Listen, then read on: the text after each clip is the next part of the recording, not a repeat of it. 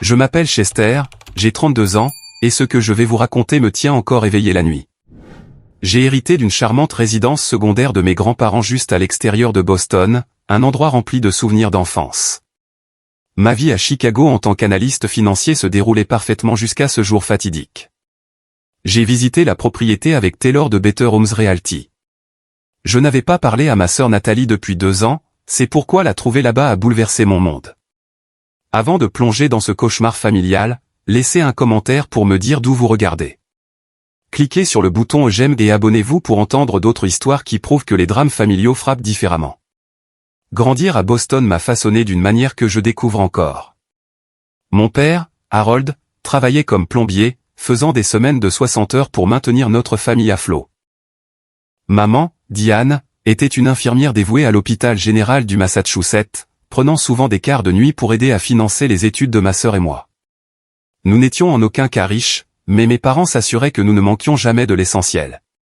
Cette éducation de classe moyenne m'a appris la valeur du travail acharné et de la sécurité financière, des leçons que j'ai prises très au sérieux. Nathalie a 4 ans de moins que moi, et en grandissant, nous étions en fait proches. Elle était mon ombre pendant notre enfance, me suivant partout et voulant faire tout ce que je faisais. Je lui ai appris à faire du vélo, je l'ai aidé avec ses devoirs de mathématiques et j'ai même intimidé un garçon qui l'avait fait pleurer en 5e. Il fut un temps où je pensais que rien ne pourrait nous séparer. Mais les gens changent. Alors que nous entrions dans la vingtaine, nos chemins ont considérablement divergé. Tandis que je me concentrais sur la construction d'une carrière et d'une stabilité financière, Nathalie semblait dériver.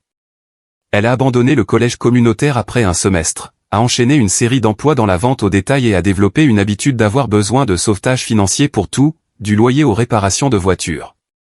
La maison qui se trouvait maintenant au centre de notre conflit était une belle maison coloniale de 3 chambres à Lexington, à environ 20 minutes de Boston. Mes grands-parents, Martin et Eleanor Davison, l'avaient achetée dans les années 1970 et y avaient vécu jusqu'à leur décès à quelques mois d'intervalle, il y a 5 ans.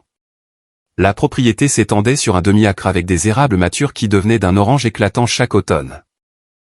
À l'intérieur, des planchers de bois franc parcouraient toute la maison, avec des étagères encastrées dans le salon et une cuisine avec l'évier de ferme d'origine que ma grand-mère refusait de remplacer malgré de multiples rénovations. Cette maison était ma 2e maison en grandissant. Alors que Nathalie passait la plupart de ses week-ends avec des amis à l'adolescence, je restais souvent avec grand-mère et grand-père, aidant aux travaux de jardinage, apprenant à faire la célèbre tarte aux pommes de grand-mère et écoutant les histoires de grand-père sur son temps dans la marine. Ces week-ends ont créé un lien spécial entre nous. À leur décès, la lecture du testament a surpris tout le monde. Alors que la plupart des actifs étaient répartis équitablement, ils m'avaient spécifiquement légué la maison. Leur avocat a expliqué qu'il voulait que quelqu'un qui apprécierait son histoire la possède. Nathalie semblait d'accord avec cet arrangement à l'époque. Elle venait de se marier avec Kevin et il prévoyait de déménager dans le Connecticut pour son nouvel emploi. Après avoir obtenu un diplôme en finance du Boston College, j'ai décroché un emploi chez Meridian Financial Group à Chicago. Le poste offrait un excellent potentiel de croissance, et je me suis lancé corps et âme dans la construction de ma carrière. 6 années de journées de 14 heures et de week-ends sacrifiés avaient porté leurs fruits.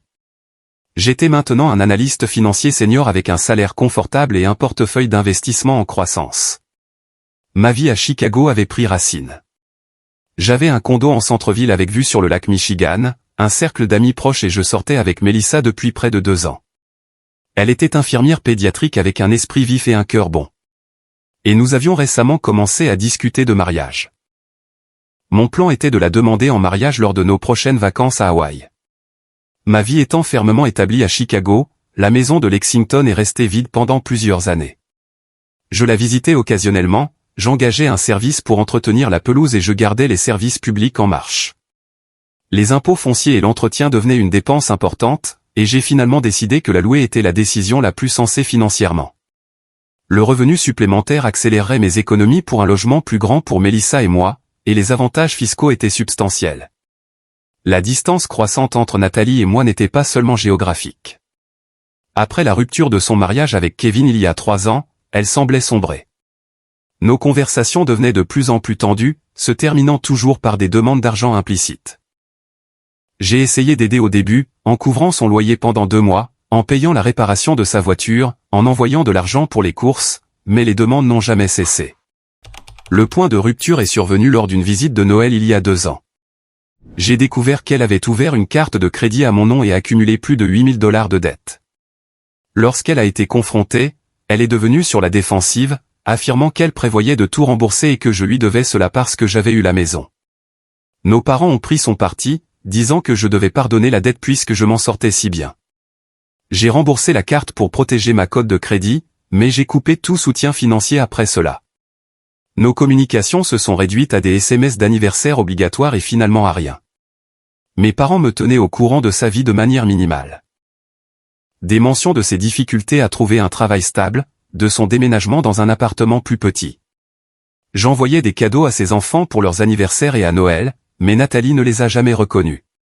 J'ai essayé de maintenir une relation avec ma nièce et mes neveux, mais Nathalie rendait les choses difficiles. Finalement, j'ai respecté la distance qu'elle semblait vouloir. Ainsi, lorsque j'ai finalement décidé de louer la maison de Lexington, Nathalie était la dernière chose à laquelle je pensais. J'ai fait des recherches sur les sociétés de gestion immobilière de la région et j'ai choisi Better Homes Realty. Après plusieurs consultations téléphoniques, j'ai programmé une visite pour rencontrer leur représentante et préparer la propriété à la location. Je ne savais pas que cette visite rouvrirait des blessures que je pensais guéries depuis longtemps. Le matin de ma découverte s'est levé, clair et lumineux. Une parfaite journée de printemps en Nouvelle-Angleterre. J'étais arrivé de Chicago la veille au soir, séjournant dans un hôtel près de l'aéroport. Ma rencontre avec Taylor Wilson de Better Homes Realty était prévue à 10 heures à la propriété. Je suis arrivé en avance, prévoyant de faire un tour rapide avant son arrivée. Taylor est arrivé pile à l'heure, conduisant une Audi bien entretenue avec le logo de l'entreprise sur la portière. Elle était professionnelle et amicale, dans la quarantaine, avec une attitude pragmatique que j'ai appréciée. Le marché locatif dans cette région est très fort, a-t-elle expliqué alors que nous marchions de nos voitures vers le chemin d'entrée. Des propriétés comme celle-ci se louent généralement en 2 semaines. C'est à ce moment-là que j'ai remarqué le premier signe que quelque chose n'allait pas.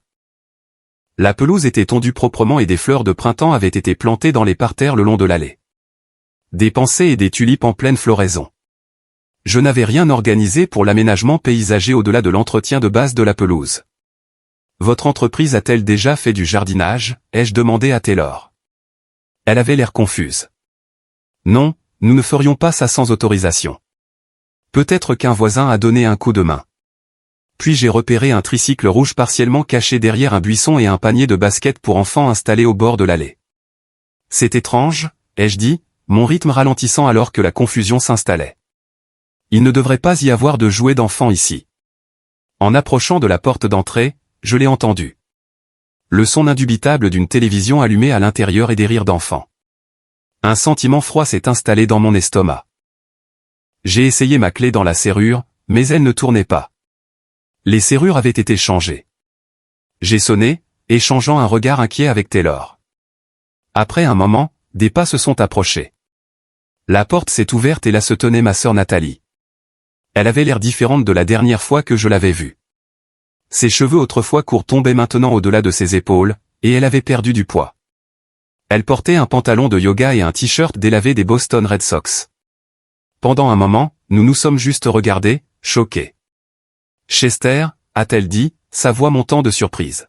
« Qu'est-ce que tu fais ici ?»« Qu'est-ce que je fais ici ?» ai-je répété, incrédule. « C'est ma maison. »« Qu'est-ce que tu fais ici ?» Derrière elle, je pouvais voir le salon. Les meubles de mes grands-parents étaient toujours là, mais réarrangés. Des jouets étaient éparpillés sur le sol, et un dessin animé jouait sur une télévision qui n'était pas là lors de ma dernière visite. Un petit enfant, mon neveu Tyler, maintenant âgé d'environ 4 ans, a jeté un œil au coin du mur. « Oh » a dit Nathalie, se reprenant rapidement et forçant un ton désinvolte. « Nous vivons ici depuis un certain temps maintenant. Maman et papa ne te l'ont pas dit ?» Mon esprit était en ébullition. Non, personne ne m'a rien dit. Taylor s'est éclairci la gorge, mal à l'aise à côté de moi. Peut-être devrais-je vous laisser un peu d'intimité. Non, ai-je dit fermement, sans quitter Nathalie des yeux. Vous êtes ici en tant que témoin. C'est la propriété que je vous ai engagée pour gérer. Les yeux de Nathalie se sont tournés vers Taylor, puis de nouveau vers moi. Eh bien, entre, je suppose. C'est ta maison, n'est-ce pas? Son ton avait une pointe de défi. Je suis entré, suivi par Taylor avec hésitation. La maison sentait différemment. Un mélange de céréales de petit déjeuner, de shampoing pour enfants et de bougies parfumées. Nathalie s'était clairement installée. Emma, ma nièce de 8 ans, est sortie de la cuisine, un bol de céréales à la main, les yeux écarquillés. « Oncle Chester » s'est-elle exclamée, sincèrement heureuse de me voir. Elle a posé son bol et a couru me serrer dans ses bras. Malgré ma colère, j'ai rendu l'étreinte. « Salut, Emma l'oursonne », ai-je dit, utilisant mon ancien surnom pour elle. « Tu as tellement grandi. » Jacob, l'enfant du milieu âgé de 6 ans, est apparu en haut des escaliers, curieux de l'agitation. « C'est qui ça ?» a-t-il demandé, ne me reconnaissant pas après si longtemps. « C'est ton oncle Chester », a dit Nathalie, son ton maintenant tendu. Les enfants, montez un peu pendant qu'on discute. Mais maman, a commencé à protester Emma. Maintenant, s'il vous plaît, a dit Nathalie fermement. Alors que les enfants disparaissaient à contre-cœur à l'étage, je me suis tourné vers Nathalie, luttant pour garder ma voix égale. J'ai besoin d'une explication, tout de suite. Nathalie a croisé les bras. Qu'y a-t-il à expliquer? J'avais besoin d'un endroit où rester après ma séparation avec Kevin. La maison était vide. Maman et papa m'ont donné la permission. La permission? J'ai senti la chaleur monter à mon visage. Ils ne peuvent pas donner la permission pour une maison qu'ils ne possèdent pas. Je possède cette maison, Nathalie. Eh bien, tu ne l'utilisais pas, a-t-elle dit avec dédain. C'est assez égoïste de la laisser vide quand ta propre sœur et ses enfants avaient besoin d'un toit. Égoïste? J'étais stupéfait. Tu emménages dans ma maison sans me le demander, tu changes les serrures, et c'est moi l'égoïste? Taylor s'est déplacé, mal à l'aise à côté de moi. Monsieur Davison, peut-être devrions-nous reporter. Tu sais quoi, Chester, a interrompu Nathalie, sa voix montant. Si tu as un tel problème avec ça, pourquoi n'appelles-tu pas la police? Fais expulser ta propre sœur et ses enfants. Ça te ferait te sentir grand, n'est-ce pas? Le défi flottait dans l'air entre nous. J'ai regardé autour de moi les preuves de leur vie ici. Des livres d'école sur la table de la salle à manger. Des dessins d'enfants aimantés sur le réfrigérateur. Des photos de famille où je n'étais pas, affichées sur le manteau de la cheminée. Ils étaient clairement là depuis des mois. Alors, je le ferai, ai-je dit. Ma voix était basse et contrôlée malgré la rage qui montait en moi. Si c'est ce qu'il faut. La couleur a quitté le visage de Nathalie. Elle ne s'attendait clairement pas à ce que je relève son défi. Tu n'oserais pas, a-t-elle dit. Mais l'incertitude avait remplacé son défi. Je vais sortir appeler nos parents, ai-je dit en me tournant vers la porte. Ensuite, j'appellerai mon avocat. Tu as jusqu'à demain pour m'expliquer exactement comment cela s'est produit, sinon je lancerai une procédure d'expulsion officielle. En sortant, j'ai entendu la voix de Nathalie derrière moi, la panique maintenant évidente. Chester, attends. Parlons-en. Mais j'ai continué à marcher. Mes mains tremblaient alors que je sortais mon téléphone pour appeler les personnes qui m'avaient apparemment trahi tout autant que ma sœur. Alors que Taylor attendait maladroitement près de sa voiture, je me suis tenu dans l'allée et j'ai composé le numéro de mon père. Il a répondu à la 3e sonnerie. Chester, c'est inattendu, a-t-il dit, la voix sur la défensive. Je suis à la maison de Lexington, ai-je dit sans préambule. Tu veux bien m'expliquer pourquoi Nathalie et ses enfants vivent ici? Il y a eu une pause, puis un lourd soupir. Nous allions te le dire. Quand, ai-je exigé. Elle est clairement ici depuis des mois. Les serrures sont changées. Un jardin a été planté. Les enfants ont l'air installés. Baisse d'un ton, a dit mon père, son ton se durcissant. Tu réagis de manière excessive, comme d'habitude. De manière excessive? C'est ma propriété, papa. Ma maison. Celle que grand-mère et grand-père m'ont laissée. Et qu'en faisais-tu? Rien. La laisser là pendant que ta sœur luttait pour garder un toit sur la tête de ses enfants. J'entendais ma mère en arrière-plan demander le téléphone. Après une discussion étouffée, elle a pris la ligne. Chester, mon chéri, a-t-elle commencé avec sa voix d'infirmière apaisante. Je sais que c'est un choc, mais essaie de comprendre. Nathalie était dans une situation terrible après le départ de Kevin. Il n'a pas été fiable avec la pension alimentaire, et elle a perdu son emploi au cabinet dentaire. Nous aidions autant que nous le pouvions, mais nos économies de retraite ne sont pas extensibles.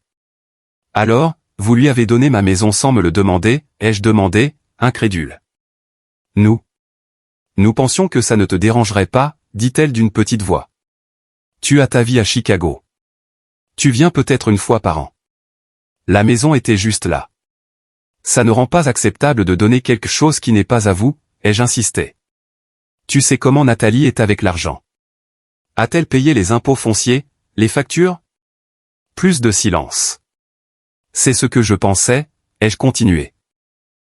Donc, non seulement vous lui avez donné ma maison sans permission, mais vous m'avez aussi laissé continuer à payer toutes les dépenses. Nous avons aidé avec les factures, a défendu faiblement ma mère.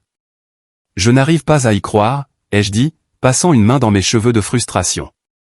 Vous est-il même venu à l'esprit de m'appeler pour me demander? Mon père est revenu au téléphone. Nous savions ce que tu dirais. Tu es devenu si froid, Chester, si absorbé par ta vie de grande ville et ton argent. Tu as oublié ce que signifie la famille. Ces mots m'ont piqué, surtout venant de l'homme qui m'avait appris l'importance de la responsabilité. Ce n'est pas juste. J'ai toujours aidé quand je le pouvais. Je n'ai arrêté que lorsque Nathalie a commis une véritable fraude contre moi. C'est de l'histoire ancienne, a rejeté mon père. Elle était désespérée. Et elle est toujours désespérée, apparemment. Assez désespérée pour voler ma maison. Elle n'a rien volé. Elle avait besoin d'aide et nous l'avons aidée. C'est ce que fait la famille. Je passe ce soir, ai-je dit fermement. Nous devons en parler en personne, nous tous. D'accord, a-t-il accepté sèchement. Dîner à 18h. Il a raccroché sans dire au revoir. Je suis resté là un moment, le téléphone à la main, essayant de digérer la conversation. Le sentiment de trahison était écrasant. Mes propres parents avaient donné ma propriété sans même m'envoyer un SMS pour me le faire savoir. Taylor s'est approché prudemment. Monsieur Davison, devrais-je revenir une autre fois? J'avais presque oublié qu'elle était là. Je suis désolé pour ça, Taylor. Oui, reportons. Évidemment, je dois régler une situation familiale avant que nous puissions procéder à des plans de location. Elle a hoché la tête avec compréhension. Les affaires de famille peuvent être compliquées. Voici ma carte. Appelez-moi quand vous serez prêt à avancer. Elle a hésité, puis a ajouté, pour ce que ça vaut, le droit des locataires dans le Massachusetts est assez complexe, même avec des membres de la famille. Vous pourriez vouloir consulter un avocat. Je les remerciai et les regardai s'éloigner, me laissant seul dans l'allée d'une maison qui était légalement la mienne, mais qui ne me semblait plus l'être. Prenant une profonde inspiration, je suis retourné à l'intérieur. Nathalie était assise sur le canapé du salon, sa posture tendue. Les enfants n'étaient nulle part en vue, mais je pouvais les entendre jouer à l'étage. Je viens de parler à maman et papa, ai-je dit, en gardant ma voix égale. Je vais dîner avec eux ce soir pour discuter de cette situation. Nathalie a levé les yeux, ses yeux cernés de rouge, mais défiants. Ils ont dit que je pouvais rester ici, Chester. Je ne suis pas entré par effraction. Ce n'était pas leur décision à prendre, ai-je répondu en m'asseyant dans le fauteuil en face d'elle. Cette maison m'appartient, Nathalie. Légalement, ils n'avaient aucun droit de te l'offrir. Où étions-nous censés aller, a-t-elle demandé, sa voix se brisant légèrement. Après le départ de Kevin, tout s'est effondré. Il a vidé notre compte en banque, m'a laissé avec toutes les factures. J'ai perdu l'appartement parce que je ne pouvais pas payer le loyer. Les enfants avaient déjà changé d'école une fois cette année-là. Malgré ma colère, j'ai ressenti une pointe de sympathie. Pourquoi ne m'as-tu pas appelé? Pourquoi agir dans mon dos comme ça? Elle a ri amèrement. T'appeler après que tu m'aies complètement coupé les ponts? Tu as bien fait comprendre il y a 2 ans que tu en avais fini de m'aider. Je t'ai coupé les ponts financièrement après que tu aies commis une fraude à la carte de crédit à mon nom, lui ai-je rappelé. Ça ne veut pas dire que je ne t'aurais pas aidé à trouver une solution de logement légitime. L'aurais-tu fait, cependant, a-t-elle défié. Tu as été si critique de chaque choix que j'ai fait. Toujours en me regardant de haut depuis ta vie parfaite avec ton travail parfait et ta petite amie parfaite. J'ai soupiré lourdement. Ma vie n'est pas parfaite, Nathalie. Je travaille 70 heures par semaine. J'ai beaucoup sacrifié pour construire une sécurité financière. Eh bien, certains d'entre nous n'ont pas ce luxe, a-t-elle rétorqué. Certains d'entre nous ont 3 enfants à nourrir et à vêtir et aucun diplôme sophistiqué sur lequel s'appuyer. Les enfants sont apparus en bas des escaliers, attirés par nos voix élevées. Emma avait l'air anxieuse, tenant la main de Tyler. Jacob se tenait un peu à l'écart, me regardant avec lassitude. Les voir a adouci quelque chose en moi. Ils étaient innocents dans tout ça. « Salut les gars », ai-je dit en forçant un sourire. « Désolé pour l'agitation. J'étais juste surpris de vous voir tous ici. »« Vas-tu nous faire partir ?» a demandé Emma directement, son jeune visage sérieux. Avant que je puisse répondre, a interrompu Nathalie. « Personne ne fait partir personne aujourd'hui.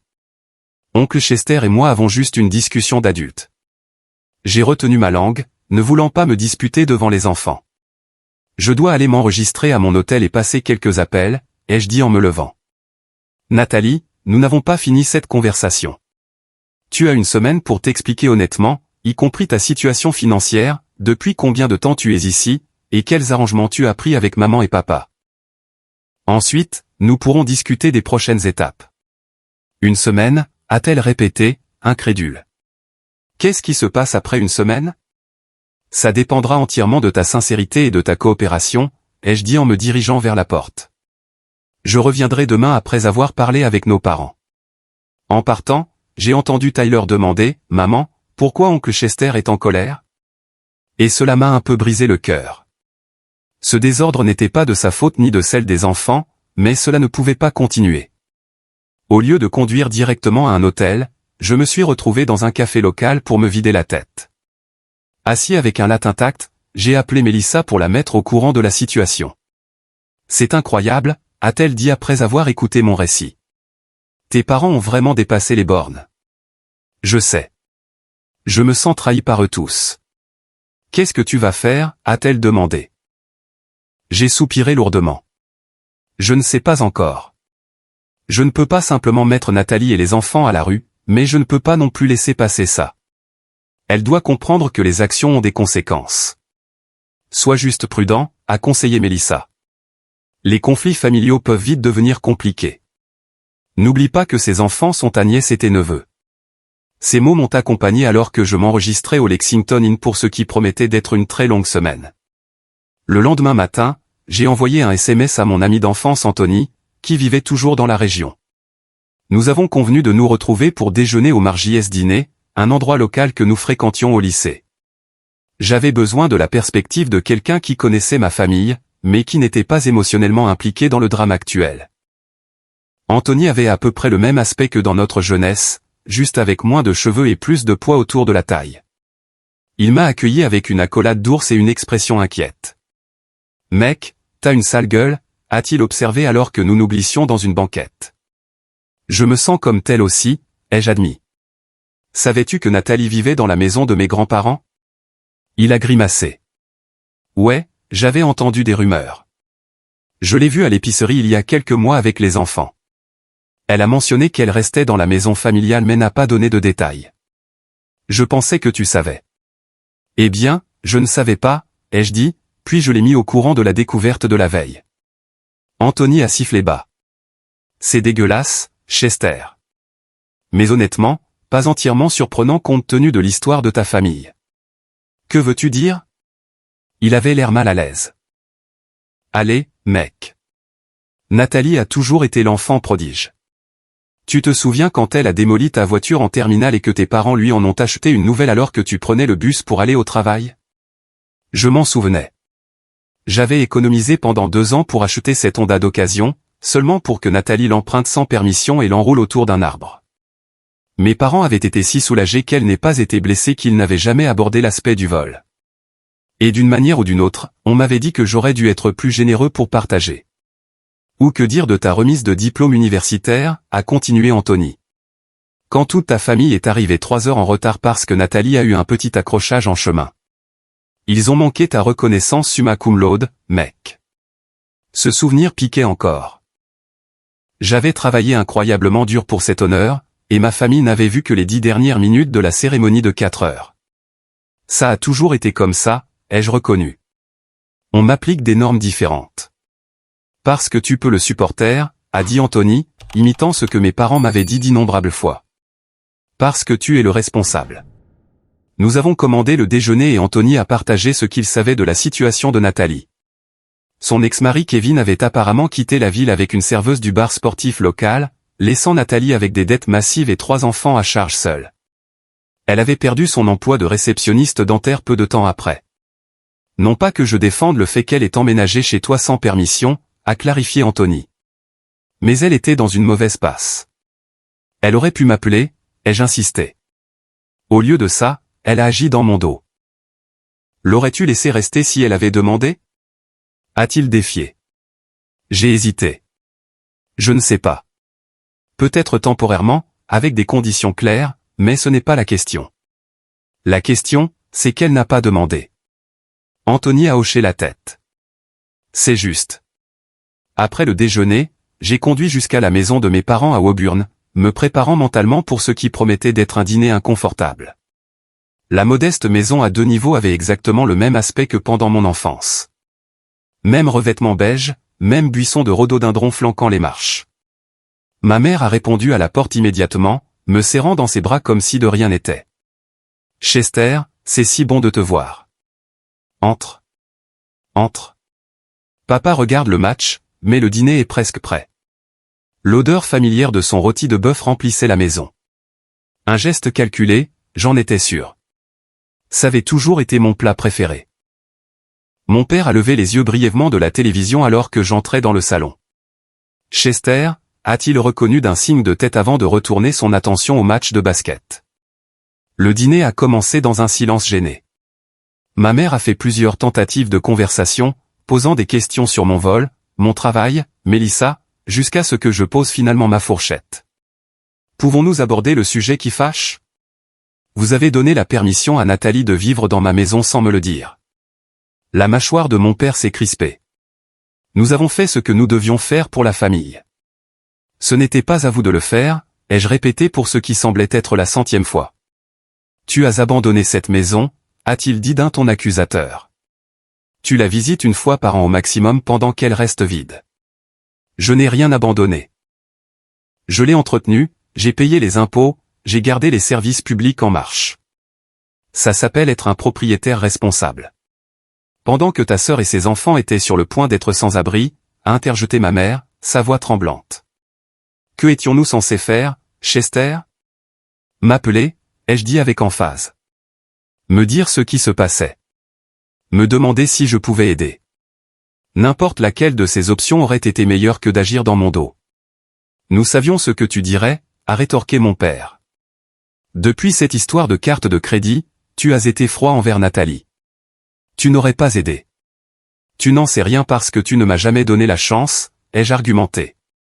Et même si j'avais dit non, ça aurait été mon droit. C'est ma maison. Ton grand-père aurait honte, a dit mon père, sa voix basse et tranchante. Il ne t'a pas laissé cette maison pour que tu la gardes pour toi pendant que ta famille souffre. Ça a fait mal. N'ose pas me dire ce que grand-père penserait, ai-je dit, ma voix tremblant de colère. Il m'a laissé cette maison parce qu'il savait que je la respecterais. Il m'a aussi appris l'honnêteté et le respect de la propriété d'autrui. Des leçons qui semblent avoir été perdues dans cette famille. Ma mère a commencé à pleurer. Nous étions désespérés, Chester. Nathalie s'est présentée à notre porte avec 3 enfants et nulle part où aller. Nous aidons financièrement depuis des années, mais nous sommes à la retraite maintenant. La maison semblait être la solution parfaite. Alors, vous lui avez donné une clé. Juste comme ça? Mes parents ont échangé un regard. En fait, a admis mon père à contre-cœur. Elle avait déjà une clé de l'époque où elle surveillait la maison pour toi. C'était il y a des années, avant notre dispute. J'avais demandé à Nathalie de surveiller la maison occasionnellement quand elle habitait encore à proximité, mais je pensais qu'elle avait rendu la clé en déménageant. Avez-vous au moins discuté des attentes avec elle? Loyer, facture? Un autre regard inconfortable entre eux. Nous avons aidé avec les factures, a dit ma mère. L'entente était qu'elle se remettrait sur pied et trouverait éventuellement son propre logement. Et quand était-ce censé arriver? Ça fait combien de temps maintenant? 6 mois. À peu près, a confirmé mon père. Depuis décembre. 6 mois. Pendant 6 mois, il m'avait gardé ce secret. Vous est-il jamais venu à l'esprit de me dire que ma sœur divorçait, ai-je demandé, la blessure évidente dans ma voix. Que ma nièce et mes neveux traversaient une telle tourmente? Tu as bien fait comprendre que tu voulais prendre tes distances avec Nathalie, a dit ma mère sur la défensive. Nous respections cela. Distance de l'exploitation financière, pas des nouvelles familiales importantes. J'ai repoussé la table. J'aurais voulu savoir ça. J'aurais voulu aider les enfants, au moins. Tu es toujours si critique, a dit mon père, sa propre colère montant, en regardant Nathalie de haut. Tout le monde ne peut pas avoir ta vie parfaite, Chester. Ma vie n'est pas parfaite, papa. J'ai travaillé d'arrache-pied pour tout ce que j'ai. Nathalie a pris une mauvaise décision après l'autre, et tout le monde l'excuse parce qu'elle a eu la vie dure. Eh bien, devinez quoi? La vie est dure parfois. Ça ne lui donne pas le droit de prendre ce qui ne lui appartient pas, elle avait besoin d'aide, a pleuré ma mère. Alors vous auriez dû l'aider vous-même au lieu de proposer ma propriété, ai-je crié, perdant enfin mon sang-froid. Ou m'appeler, ou l'aider à demander des programmes d'aide. Littéralement, n'importe quoi d'autre aurait été plus approprié. Je me suis levé, incapable de continuer la conversation. Je ne peux pas faire ça maintenant. Vous savez tous les deux que ce qui s'est passé était mal, mais vous êtes tellement habitués à trouver des excuses à Nathalie que vous ne pouvez pas l'admettre. Où vas-tu? A demandé ma mère, alarmée. À mon hôtel. J'ai besoin de réfléchir. Chester, s'il te plaît, a-t-elle plaidé. Nous sommes une famille. Nous pouvons arranger ça. La famille n'agit pas dans le dos des autres, ai-je dit en me dirigeant vers la porte. La famille ne vole pas les autres. La famille respecte les limites. Je suis parti sans regarder en arrière. Le coup de grâce de mon père m'a suivi dehors. Tu as changé, Chester. Chicago t'a rendu froid. En m'éloignant, j'ai réalisé avec une clarté douloureuse qu'ils n'avaient jamais respecté ma propriété de la maison. Dans leur esprit, c'était toujours une propriété familiale que je contrôlais égoïstement. Pas étonnant qu'ils se soient sentis justifiés de la donner à Nathalie. La question maintenant était de savoir quoi faire. Le lendemain, j'ai décidé de retourner à la maison pour avoir une conversation plus approfondie avec Nathalie. J'avais besoin de comprendre exactement ce qu'on lui avait dit et quels étaient ses projets.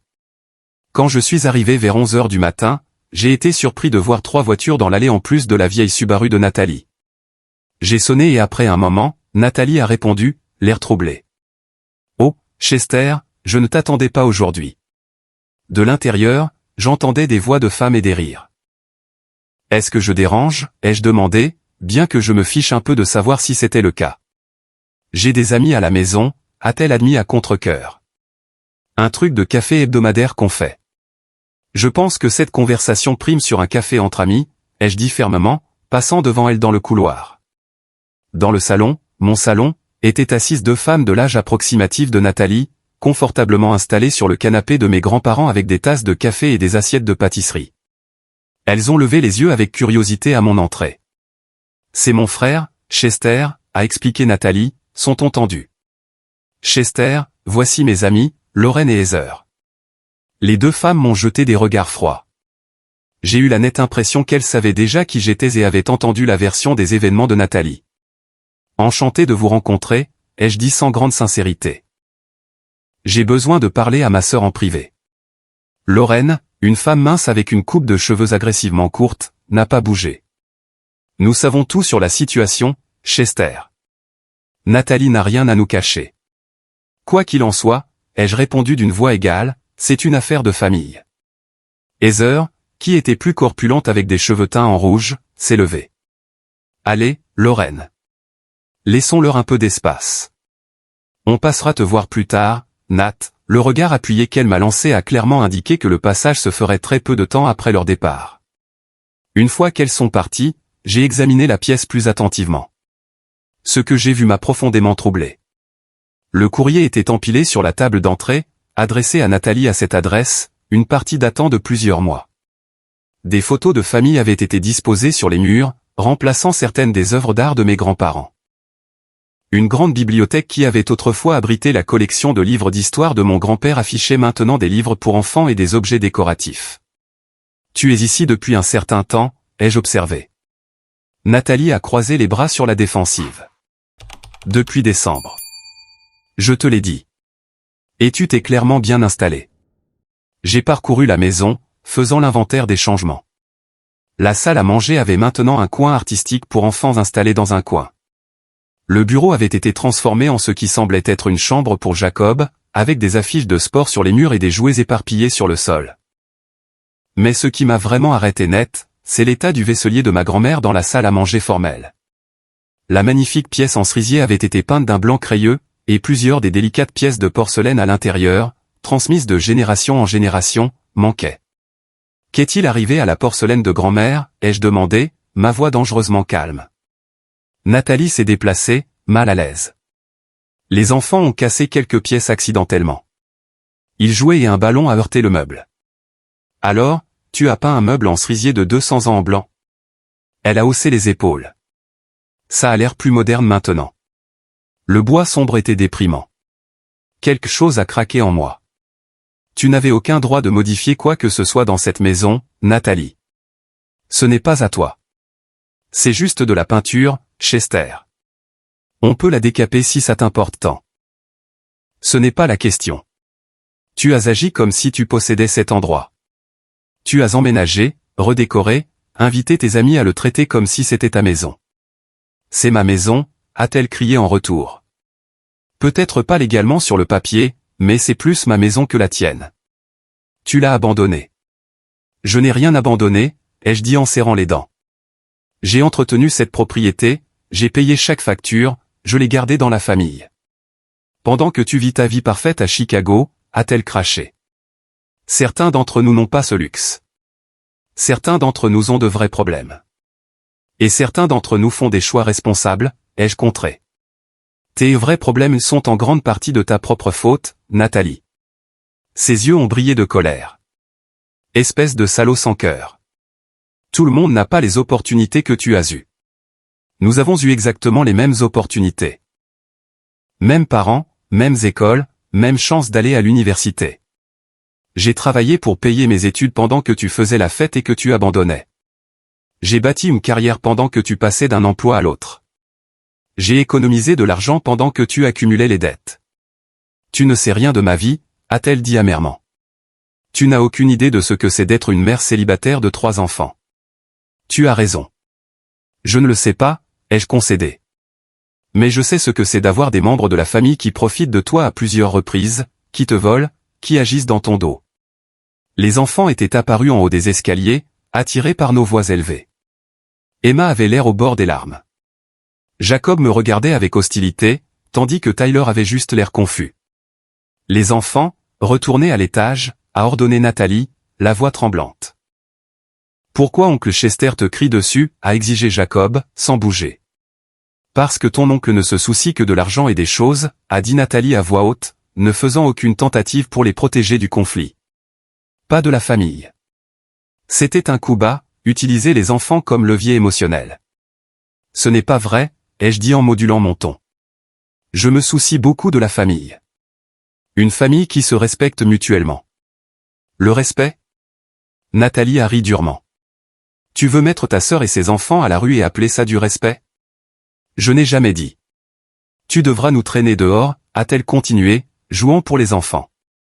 Appelle la police sur ta propre chair et ton propre sang. Arrête ça, Nathalie, ai-je averti. Ne manipule pas les enfants comme ça. Je suis entré dans la cuisine pour me ressaisir, et c'est là que je l'ai vu. Une pile de papier sur le comptoir à côté de l'ordinateur portable de Nathalie. Des documents juridiques. Je n'aurais pas dû regarder, mais quelque chose m'a poussé à jeter un œil à la première page. C'était une lettre d'un avocat concernant la contestation de la distribution de la succession d'Avison. Mon sang s'est glacé. J'ai ramassé les papiers et les ai rapidement parcourus. Nathalie avait consulté un avocat pour contester le testament de nos grands-parents, près de 5 ans après les faits, affirmant que la maison aurait dû être répartie équitablement entre nous. Nathalie est apparue dans l'embrasure de la porte, a vu ce que je regardais et s'est précipitée pour attraper les papiers. C'est privé. Tu essaies de contester le testament, ai-je demandé, incrédule. Après tout ce temps? Elle a arraché les papiers. J'explorais juste mes options. Tes options, ai-je répété. Ton option est d'accepter que cette maison m'appartient légalement et que tu ne vis ici que par ma grâce à ce stade. La grâce, a-t-elle raillé. Tu ne savais même pas que j'étais ici il y a 2 jours. Parce que toi et nos parents avaient conspiré pour me le cacher, ai-je crié.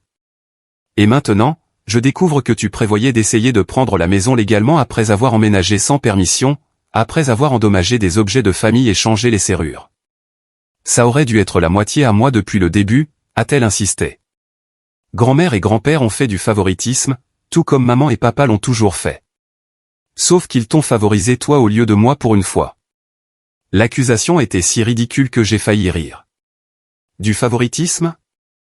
J'ai passé tous les week-ends avec eux pendant que tu ne prenais même pas la peine de leur rendre visite. J'ai aidé grand-père avec sa physiothérapie après son AVC. J'ai conduit grand-mère à ses rendez-vous chez le médecin. Où étais-tu pour tout ça ? J'avais ma propre vie.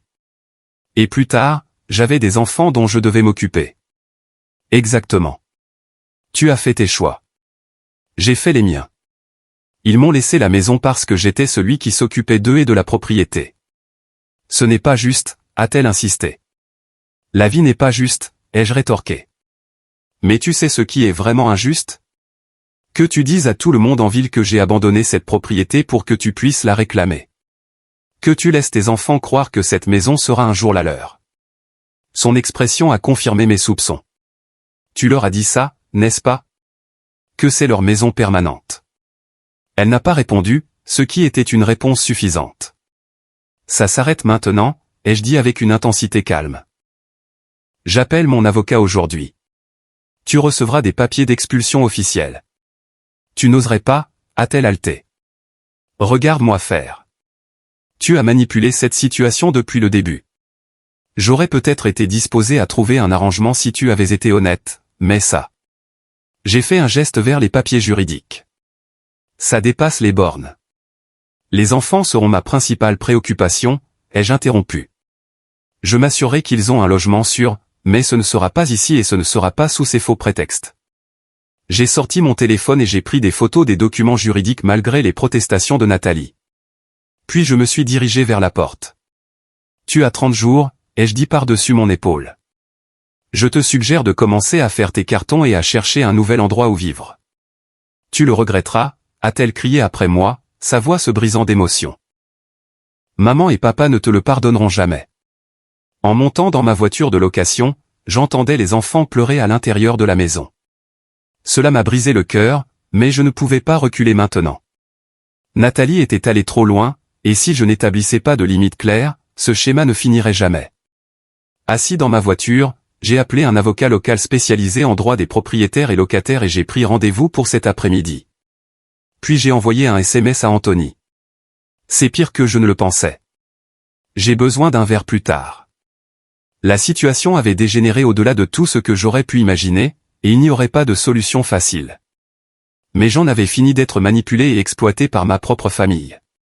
De retour dans ma chambre d'hôtel ce soir-là, je suis resté allongé sur le lit, fixant le plafond, mentalement et émotionnellement épuisé. Ma rencontre avec Sarah Blackwell, l'avocate en immobilier, avait été instructive mais troublante. Le droit des locataires du Massachusetts était compliqué. Et même si Nathalie n'avait aucun droit légal d'être dans la maison, l'expulser serait compliqué, potentiellement dommageable pour les enfants, et fracturerait définitivement notre famille. Mon téléphone a sonné. Mélissa appelait pour notre point du soir. Salut, ai-je répondu, sans prendre la peine de cacher ma lassitude. C'est si grave que ça, a-t-elle demandé avec sympathie. Je l'ai mise au courant des découvertes de la journée, les objets de famille modifiés, la consultation juridique, les enfants entraînés dans le conflit. Oh, Chester, a-t-elle soupiré. Quel cauchemar.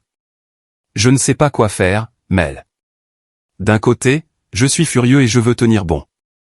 De l'autre, ces enfants. Ma voix s'est éteinte. Ces enfants sont innocents, a-t-elle terminé pour moi. Et ils sont aussi ta famille. Exactement. Mais si je recule maintenant, quel message est-ce que ça envoie? Que n'importe qui peut profiter de moi et que je vais juste l'accepter? Qu'il n'y a pas de conséquences pour les actions de Nathalie? Mélissa est restée silencieuse un moment. Et si tu cherchais une troisième option? Quelque chose qui établit tes limites mais ne punit pas les enfants. Comme quoi? Je ne sais pas exactement, mais il doit y avoir un juste milieu entre laisser Nathalie rester sans conséquence et faire subir à 3 enfants une expulsion traumatisante. Après avoir raccroché, je suis resté avec cette pensée.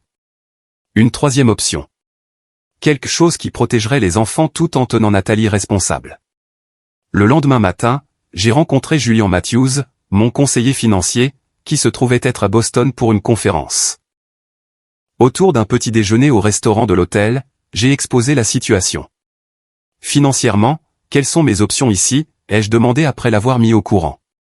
Julian a réfléchi. Plusieurs, en fait. Vous pourriez vendre la propriété et utiliser une partie du produit pour aider votre sœur à trouver un logement convenable, peut-être avec un arrangement structuré où les paiements vont directement à un propriétaire plutôt qu'à elle. Cela résoudrait le problème immédiat, ai-je reconnu. Mais je ne suis pas sûr d'être prêt à vendre une propriété familiale avec tant d'histoire et de signification. Alternativement, a poursuivi Julian, vous pourriez formaliser un contrat de location avec votre sœur, en dessous du prix du marché, mais avec des conditions strictes concernant l'entretien de la propriété, des paiements de loyer partiels en temps voulu, et peut-être des conseils financiers. Elle a prouvé qu'elle n'était pas digne de confiance, ai-je souligné. Qu'est-ce qui l'empêcherait de violer tout accord que nous passons? Des conséquences juridiques clairement énoncées dans l'accord, a-t-il répondu. Et peut-être un tiers garant ou un co-signataire. Bien que je suppose que vos parents ne seraient pas idéaux pour ce rôle. Alors que nous discutions des options, mon téléphone a sonné avec un numéro local inconnu. Je me suis excusé pour répondre. Est-ce que je parle à Chester Davison? A demandé une voix masculine. Oui. Qui appelle? Ici Kevin Travers. L'ex-mari de Nathalie. Je comprends qu'il y a une situation avec la maison. J'ai été momentanément abasourdi. Comment avez-vous eu mon numéro? Votre mère me l'a donné, a-t-il dit. Écoutez, je sais que nous ne nous sommes jamais rencontrés, mais je pense que nous devrions parler. Nathalie m'a appelé hier soir, hystérique à propos de votre expulsion d'elle et des enfants. J'ai accepté de le rencontrer cet après-midi-là dans un café près de son lieu de travail à Cambridge. Je ne savais pas à quoi m'attendre, mais je voulais entendre son point de vue. Kevin s'est avéré différent de ce que j'avais imaginé d'après les descriptions de Nathalie. Il était bien mis, articulé et semblait sincèrement préoccupé par ses enfants. Après des présentations maladroites, nous sommes allés droit au but. Je veux être clair, a-t-il commencé, je n'ai jamais abandonné ma famille, malgré ce que Nathalie a pu vous dire. Notre mariage s'est effondré, oui, mais je me bats pour une garde et des visites équitables depuis le premier jour. Elle a laissé entendre que vous les aviez laissés sans soutien, ai-je dit prudemment. Kevin a soupiré lourdement. Je n'ai jamais manqué un paiement de pension alimentaire. Pas une seule fois. J'ai les registres pour le prouver. Nathalie a constamment interféré avec mes visites ordonnées par le tribunal et a monté les enfants contre moi. Cela ne correspondait pas à l'histoire que j'avais entendue de mes parents et de Nathalie. Si c'est vrai, pourquoi n'avez-vous pas intenté d'action en justice? Je l'ai fait, a-t-il dit, sortant son téléphone et me montrant des documents judiciaires. Je suis retourné au tribunal de la famille 3 fois au cours des 2 dernières années. La dernière audience est le mois prochain. Nathalie trouve toujours des moyens de retarder et d'obstruer. Alors que Kevin partageait plus de détails sur leur divorce et ses conséquences, une image plus claire a émergé. Une Nathalie non seulement victime des circonstances, mais aussi quelqu'un qui manipulait les situations à son avantage et utilisait les enfants comme des pions. Ne vous méprenez pas, a ajouté Kevin, voyant mon expression. Je ne prétends pas être parfait. Notre mariage avait de vrais problèmes des deux côtés, mais le récit selon lequel je les ai abandonnés est tout simplement faux. Pourquoi me dites-vous tout ça, ai-je demandé. Il m'a regardé droit dans les yeux. Parce que ce sont aussi mes enfants, et je me soucie de ce qui leur arrive. Nathalie crée le chaos et l'instabilité dans leur vie. Ils ont besoin de structure et de cohérence. Que me suggérez-vous de faire concernant la situation de la maison? Honnêtement, je pense que vous devez fixer des limites fermes avec Nathalie. Elle répond aux conséquences claires, pas à la générosité. Elle ne voit cela que comme une faiblesse à exploiter. Il a fait une pause. Mais quoi que vous fassiez, veuillez considérer l'impact sur Emma, Jacob et Tyler. Ils sont pris au milieu de problèmes d'adultes qu'ils n'ont pas créés. Après avoir rencontré Kevin, j'ai conduit un peu en ville, en réfléchissant. La complexité de la situation s'était approfondie, mais ma détermination à trouver une solution à la fois juste et compatissante aussi. Ce soir-là, j'ai fait des recherches sur les options de logement abordables dans la région. Le Massachusetts avait plusieurs programmes pour les parents célibataires, y compris certains avec des services de soutien qui pourraient bénéficier à Nathalie. J'ai également examiné les ressources de thérapie familiale, me demandant si une aide professionnelle pourrait faciliter la guérison pour nous tous. Sur la recommandation de Sarah Blackwell, j'ai consulté le docteur Marcus Reynolds, un thérapeute familial spécialisé dans les situations de conflits élevés. Ses idées étaient précieuses. D'après ce que vous décrivez, a-t-il dit après que j'ai exposé la situation, votre sœur présente des schémas compatibles avec une dépendance revendicatrice. Elle a appris que la manipulation et la victimisation répondent à ses besoins. Cela semble exact, ai-je convenu. Mais comment puis-je briser ce schéma sans causer plus de tort, surtout aux enfants? Des limites claires avec un soutien compatissant, a-t-il conseillé. Soyez clair sur ce que vous tolérez et ne tolérez pas, mais offrez également une aide concrète qui responsabilise plutôt que d'entretenir la dépendance. À la fin de la semaine, j'avais élaboré un plan structuré. Il n'était pas parfait, et il exigerait un compromis important de toutes les parties, mais il offrait une voie à suivre avec laquelle je pouvais vivre moralement et émotionnellement. Le plan comprenait un délai de 3 mois pour que Nathalie trouve un nouveau logement, avec mon aide financière pour le dépôt de garantie et le premier mois de loyer, l'occupation continue de la maison de Lexington pendant cette période, sous réserve d'un entretien approprié de la propriété et de mise à jour hebdomadaire sur sa recherche de logement, des conseils financiers comme condition de mon aide, un engagement de ma part à créer un fonds d'études pour Emma, Jacob et Tyler, des droits de visite réguliers pour moi avec ma nièce et mes neveux, une demande que mes parents contribuent au plan de transition s'ils souhaitent être impliqués. Ce ne serait pas facile, et je ne me faisais aucune illusion que Nathalie l'adopterait immédiatement. Mais c'était une solution que je pouvais défendre, une qui reconnaissait mes droits légaux tout en reconnaissant ma responsabilité morale envers la famille. Armé de ce plan, j'ai programmé une réunion finale à la maison avec Nathalie, prêt à toute réaction qui pourrait survenir.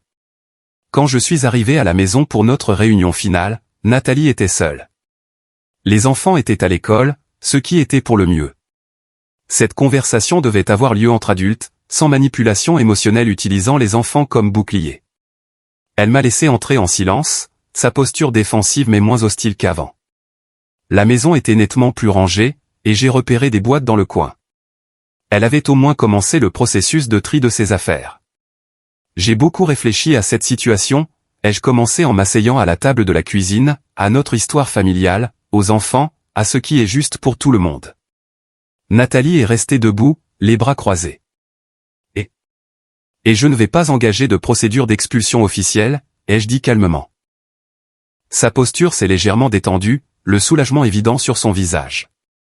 Donc, nous pouvons rester. Temporairement, sous condition, ai-je précisé, et j'ai commencé à exposer ma proposition.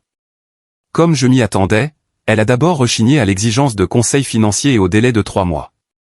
Ce n'est pas assez de temps pour trouver un endroit décent, a-t-elle protesté. C'est suffisant si tu cherches activement et si tu es réaliste sur ce que tu peux te permettre, ai-je contré. J'ai fait des recherches approfondies sur le logement dans cette région. Il y a des options dans ton budget, surtout avec l'aide que j'offre.